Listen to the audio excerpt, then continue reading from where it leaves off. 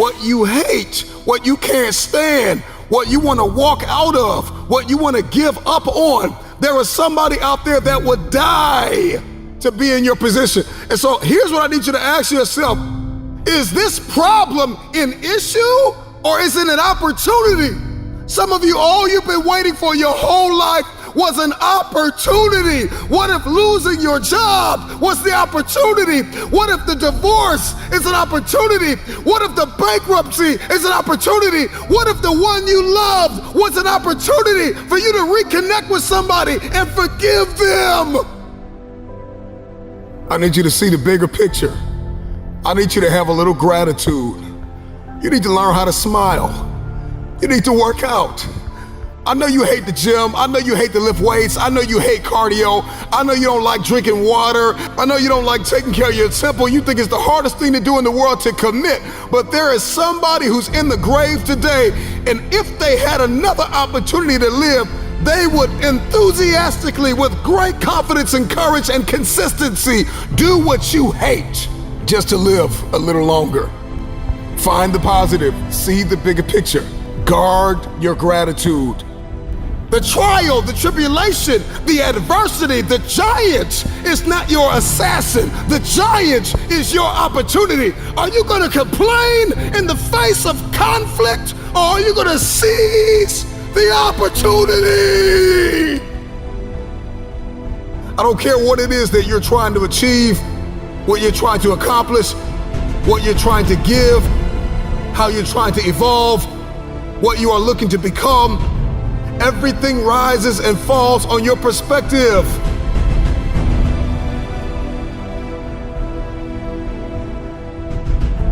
Stop complaining about the jealousy and the envy and the backbiting and the person that gave up on you and the person that wasn't present and the person that lied to you and the person that attempted to manipulate and control. I'm not weary, I'm wiser. I'm not toxic, I'm triumphant. I see this thing differently. This season that you've entered into did not come to break you. It came to build you into the man or woman God has destined you to be. Change your perspective.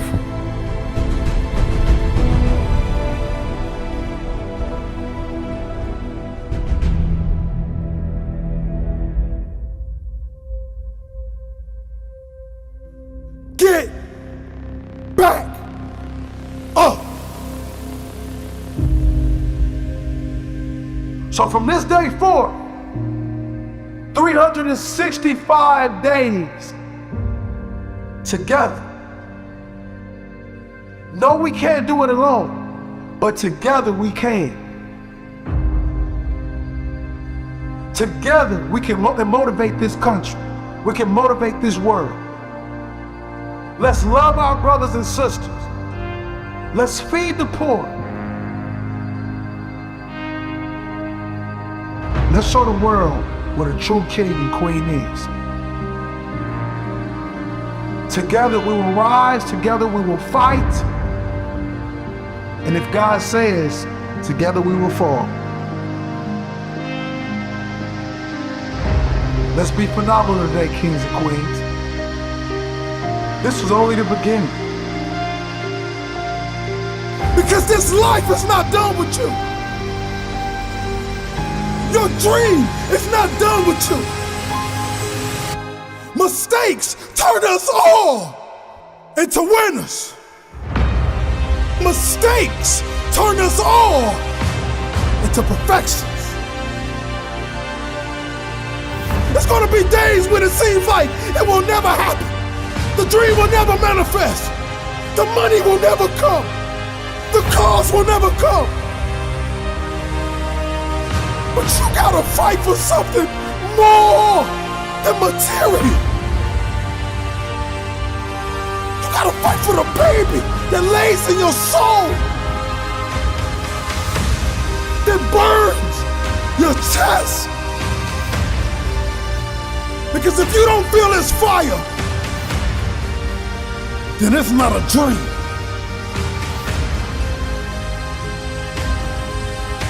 Get back up Can you hear me?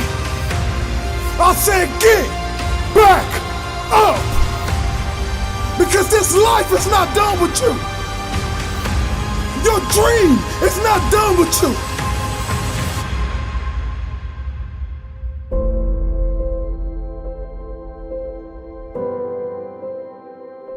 See, many of us believe that we don't have what it takes.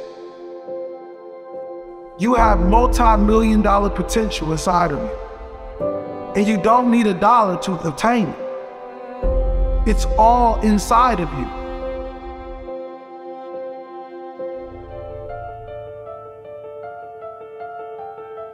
So some of you like me, I ain't have my daddy.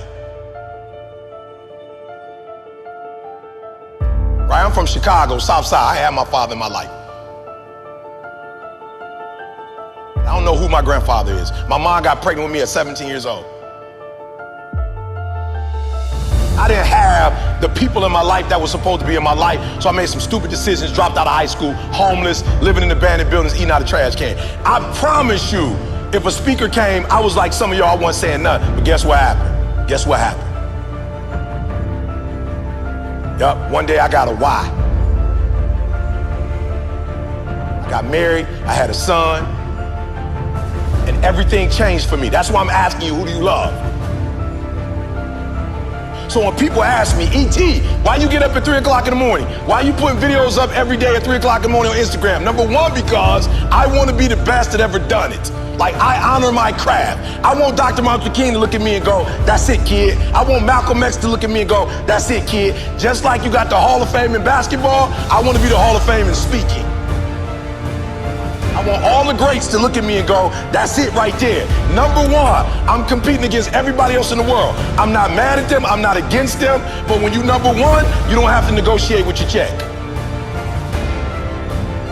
I remember when I was like number 25 or something, they would be like, okay, you got to fly here, you got to fly. Now I tell people how I fly. I tell people where I stay, where I don't stay. So number one in the world, what happened? One day I woke up and was like, I got to do this for my wife. Like, I don't know what happened, but she called me like, yo, E, I'm lost. I'm like, what you mean we lost? We live in Lansing, you can't be lost. She's like, I'm lost, I got a brain fog. Took her to the hospital, found out she had MS.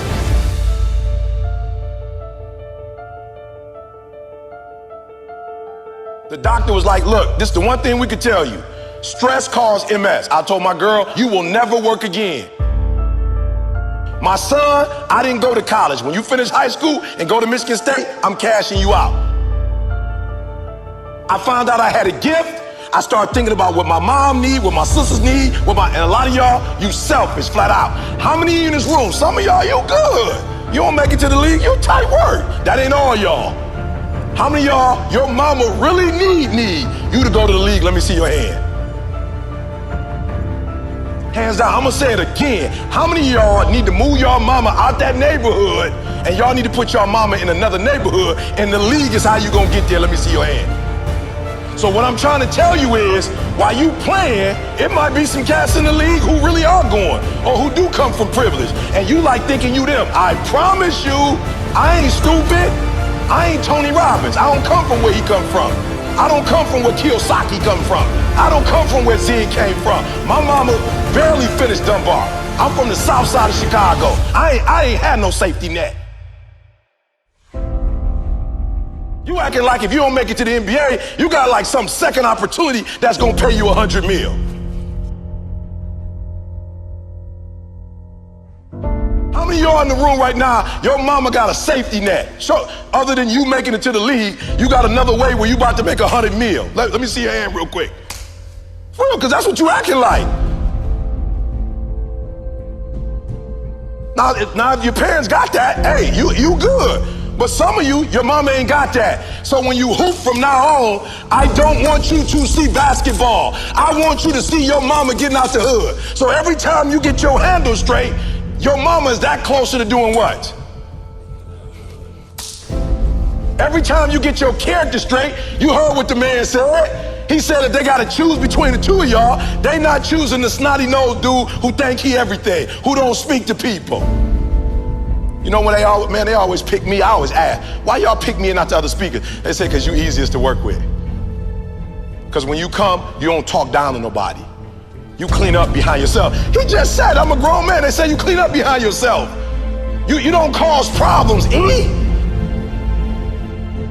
Number one, this is not about basketball. This is about who?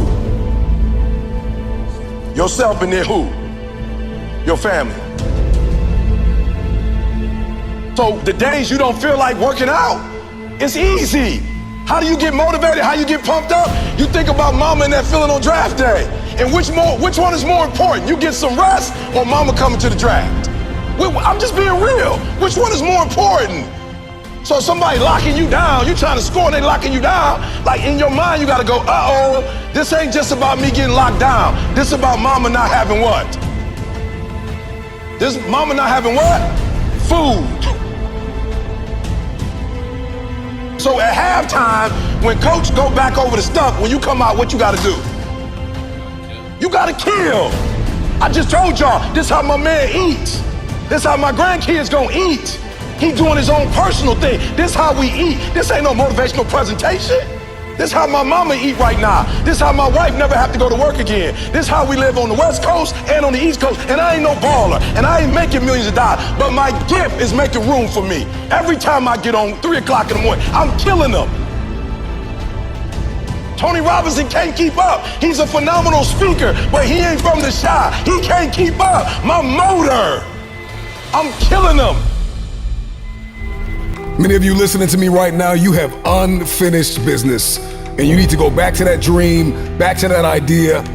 You have a date with destiny. You have unfinished business. It's time for you to go back to the drawing board with a new perspective. It's your viewpoint. And watch this. Your perspective actually shapes your language, and your language shapes your world. And so if you don't start thinking right, you're not going to talk right. And if you're not talking right, you're not going to experience the world that you see in your head. I don't know who God has called you to become, but what I can tell you is if you keep seeing it the way you have seen it, you will never become it. Everybody wants next level. Everybody wants wealth and influence, and everybody wants to be this esoteric novelty. But listen to me, you will never experience any of this showing up in your next season with the same viewpoint.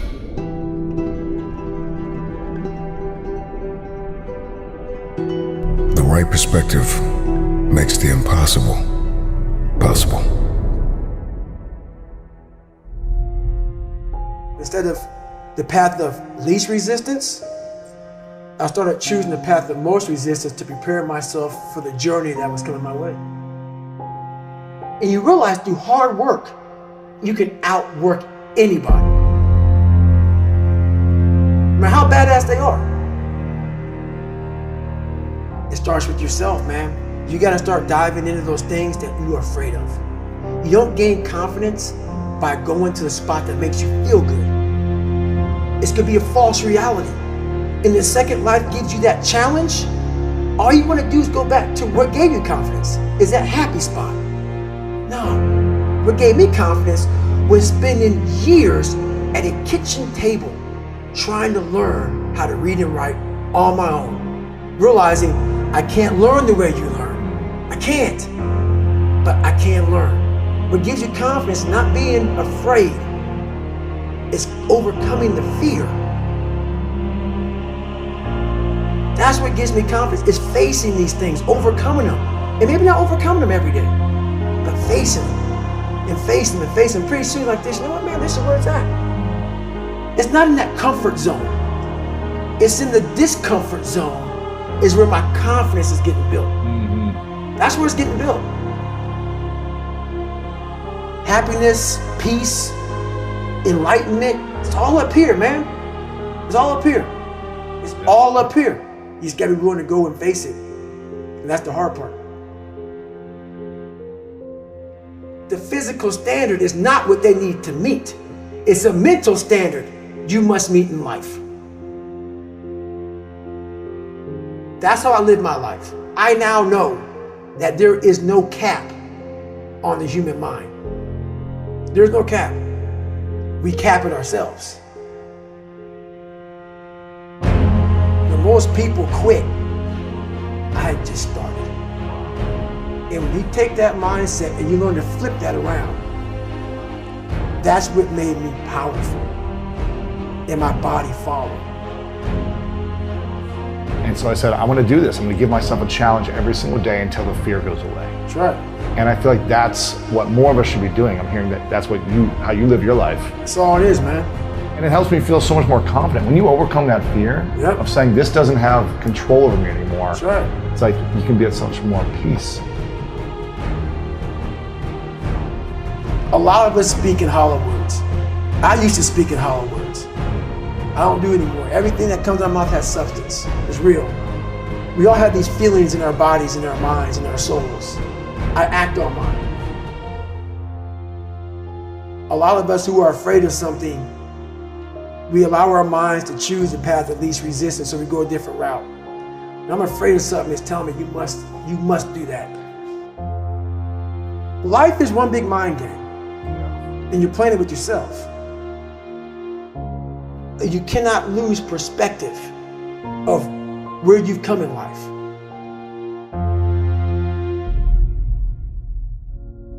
I'm trying to give people a different thought process of life, where failure, hell, disappointment, discomfort is a great learning tool. And many people don't understand that, but it's these few moments in life that you have. Like for me, I always talk about it. Rocky 1, round 14. That 1 2-minute and 13-second clip of Rocky getting up when Apollo knocked him down. That one clip, when I was going through a very bad time in my life, I saw what I wanted to be. And it wasn't a guy that won. It wasn't a guy that won everything he did. It was a guy that kept getting up after being knocked down. So I realized if that 2 minutes and 13 seconds changed my life, that's all it was. I saw something that I needed to be in the world I was living in. Maybe my story will give someone the 2 minutes and 13 seconds they need to change their life. Everybody's got a story. We don't share it on social media. We share our nice life on social media. We all have a dungeon. I'm just willing to talk about mine. Mental toughness isn't something that you sample. It's something that you live in every day. Whenever hardness comes, and you don't know what it is, it may be different for you than it is for me, but you go back to your insecurities. And then when you go back to the insecurities, you then look for comfort within those insecurities. And we all look for that cookie that your mom used to give you when you were sad, when you were sick. We look for our wife or our husband. We look for comfort. It's in those moments you must retrain your mind to think differently in health. The mental standard is you must know how far you've come.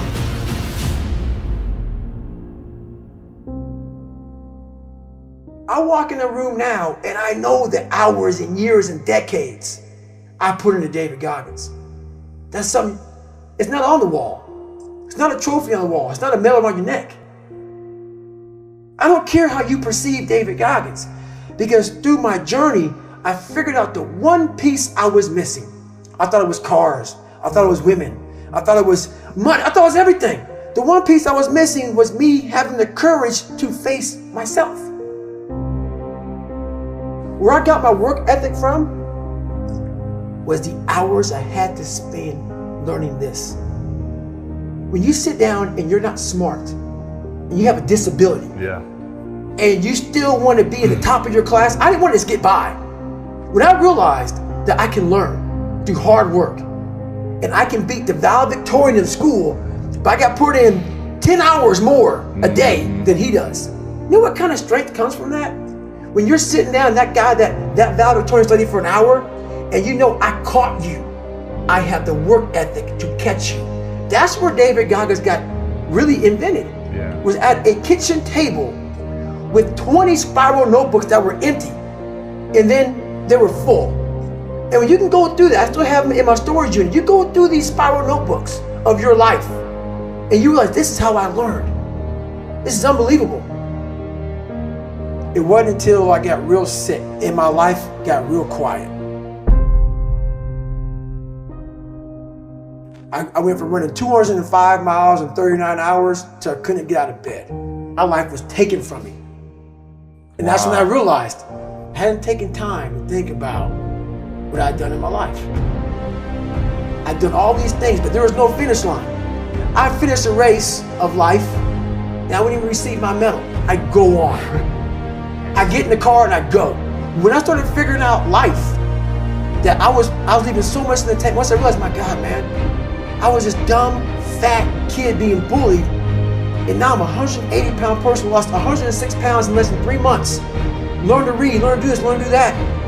I was like, I need more. I was fueling my mind with everything. And I never took time to say, my God, you came from this hell, and you're here. I had come 8,000 miles from where I started. But if you never know that, you're still in the $7 a month place. So it's that quiet place. It's that place by yourself. It's those hours and years and decades by yourself in the grip of life. When life has you by the throat and choking you out, and you're sitting there calm because you're trying to figure it out. You're not panicking. You're not quitting. You're not throwing in the towel.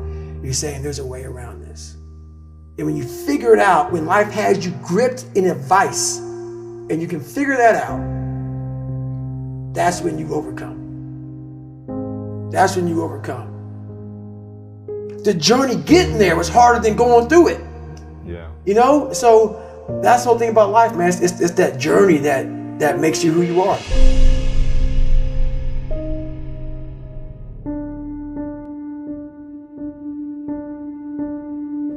When I was working with my professional athletes, it required me to do a lot of traveling. And this story gets me every time. So when people say it didn't hurt, it still hurts. I was packing for a trip. My daughter walks into the room. She says, "Daddy, why do you travel so much?" I said, "Sweetheart, this is how I provide for the family. This is how I take care of you and Mom. This is how I put food on the table." She looks at me and says, "Daddy, if I eat less, will you stay home more?" Now people would think in a fairy tale, or most people would say, I unpacked my suitcase, I'm not gonna take this trip, honey, let's go grab some ice cream or let's go out.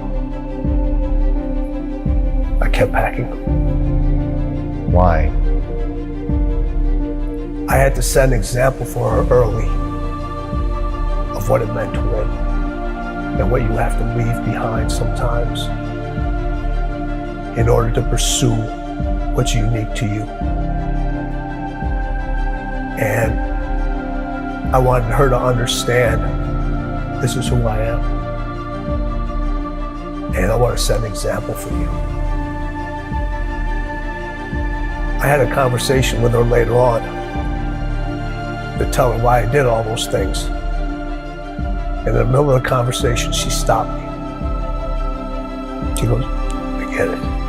I understand. She saw the results. She saw how it brought us closer together. She understood my dedication to my craft and what it took to excel and what it took to be different and what it took to stand by unpopular decisions, knowing that every successful person that I've met, every successful person that I know had to make those decisions over and over again. There are things that are going to have to take a back seat. You're going to have to leave a lot of things behind.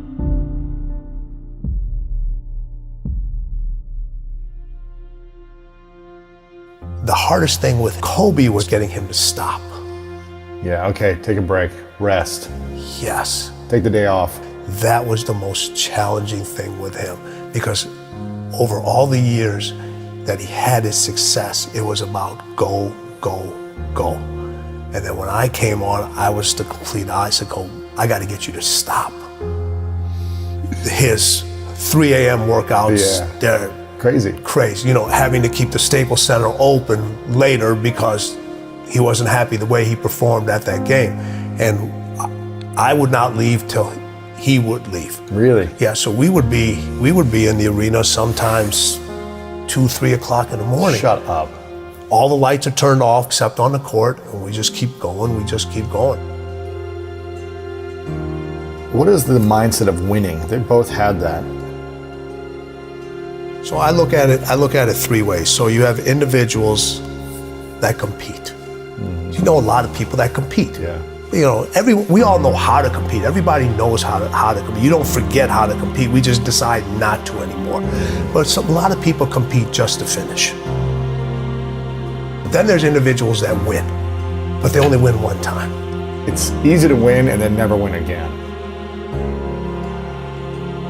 And then there's people that win at winning. You can't come back the same. Cannot come back the same. You have to come back different. You have to come back better. Winning wants you to be different. Winning requires you to do different things. Winning requires you to think in a different way.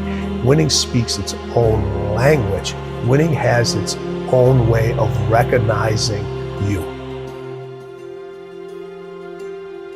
Winning wants you to write your own story. Stop looking for steps. Those steps are infinite. Find your own path to winning. Because as the late, great Kobe Bryant said, winning is everything. I heard a story one day about Muhammad Ali. And Muhammad Ali was this amazing boxer. And I'm pretty sure everyone knows who Ali is. You're supposed to know. He's one of the greatest. He is the greatest of all time. One of my favorite athletes. He had a fight in Johannesburg, Africa with George Foreman. It went 8 rounds. And for the first round, George Foreman beat him up pretty bad. He hit him with body blows. He was literally lifting Muhammad Ali off the ground with these blows. But as the fight went on, the crowd started to count Muhammad Ali out. They started to believe that it wasn't possible for him to stay this champion. But Muhammad Ali had other plans. He had other intentions. Around the 8th round, when Muhammad Ali thought he was weak and he was getting ready to fall and he was tired, a champion came out. A true champion came out. And he told himself, I'm not going to lose this belt. I worked too hard to lose this belt. And I want you guys to look at yourself in the mirror and tell yourself, I worked too hard to lose this battle of life. I came too far to quit now. We all had those situations where we had to get back up. We had to dig down deep and find that warrior that lives inside of us all. And we had to use that warrior to get back up. Can you hear me? I said get back up.